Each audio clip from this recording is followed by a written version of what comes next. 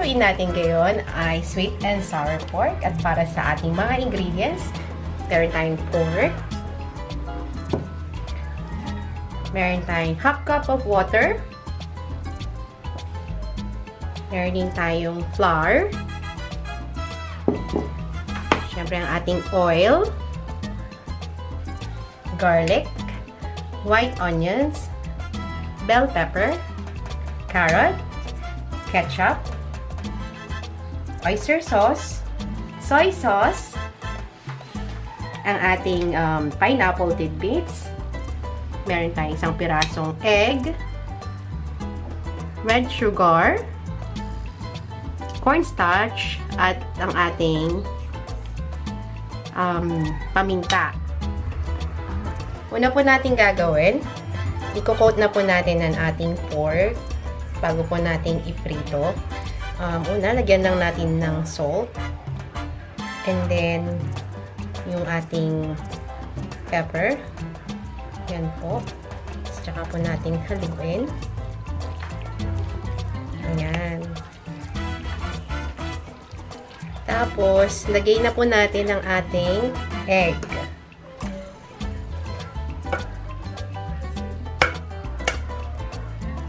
Ayan.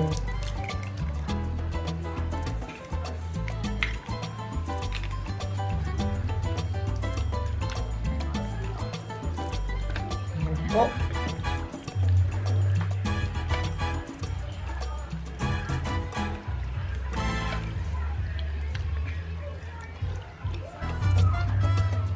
Tapos, i-rest lang po natin ng about 15 minutes.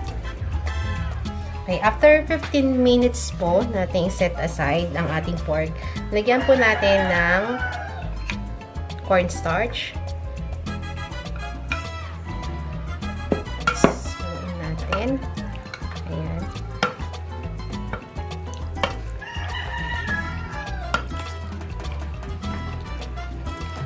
Tapos, lagay din natin ang ating flour.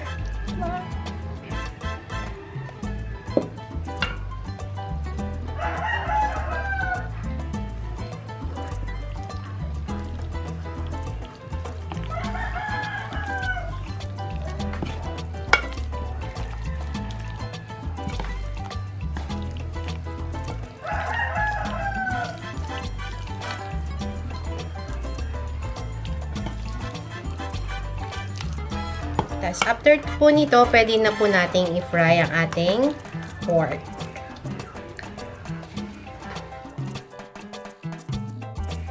Ayan, pag mainit na po, lagay na po natin ang ating pork.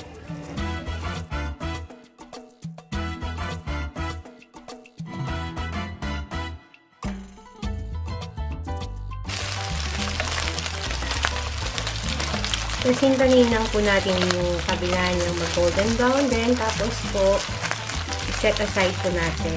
Okay, para po sa ating sauce, pinaghalo-halo ko na po ang ating liquid ingredients, which is yung water, yung soy sauce, oyster sauce, at saka yung ating ketchup. After po nun, pwede po na natin ilagay ang ating brown sugar. Tapos, lagay rin po natin ang ating cornstarch.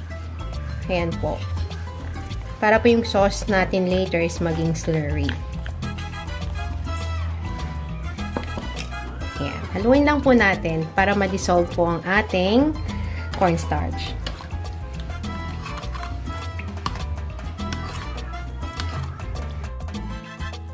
Okay, gamit po ang ating pinagprituhan kanina ng ating pork.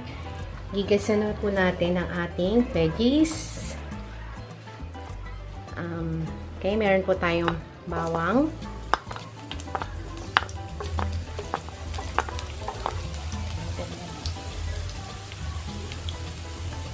Tapos, next po ang ating white onion.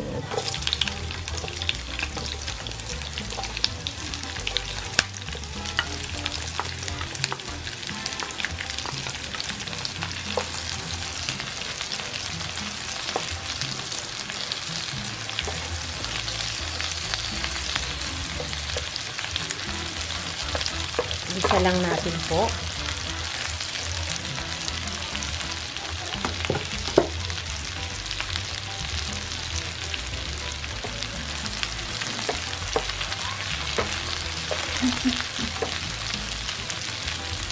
Hintayin lang po natin konti mag-glaze ang ating onion, white onion. Ayan po, nakikita nyo. Parang silky po siya. Tapos, ilagay po natin ang ating carrot. Pwede naman po kung kahit anong cut ang carrot ninyo. Kaso, nasanay po ako sa ganitong cut, yung flower cut ng carrot. Sunod po natin ang ating bell pepper.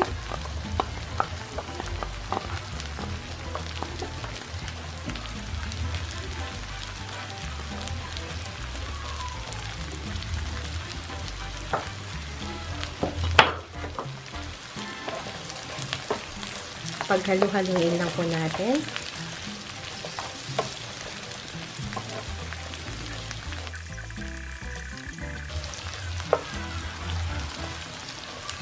So, ayan po, luto na po ang ating gulay. Pwede na po natin ilagay ang ating pork. Ayan. Ihalo lang po natin ang ating pork sa ating gulay.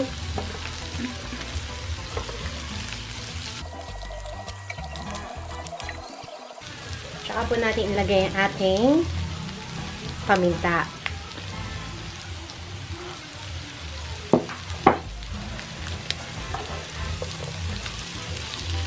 Halu-haluin lamang po.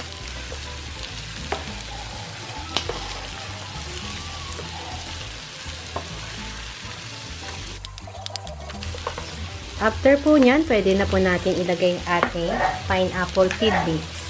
Sama po natin yung juice ng tidbits kasi ito po yung nagbibigay ng asim, konting asim sa ating pork. Ayan po. Pero pag gusto niyo po ng mas maasim, pwede niyo pong lagyan ng suka. Ayan po.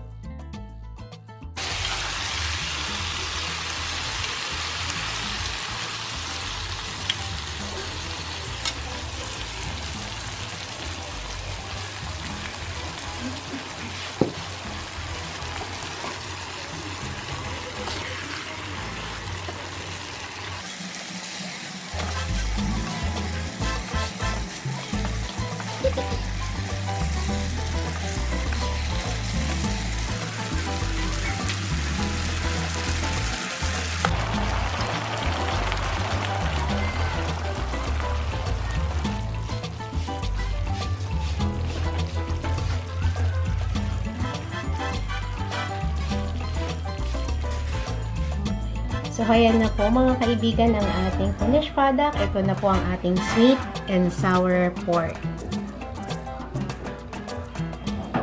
Again po, don't forget to subscribe to our channel.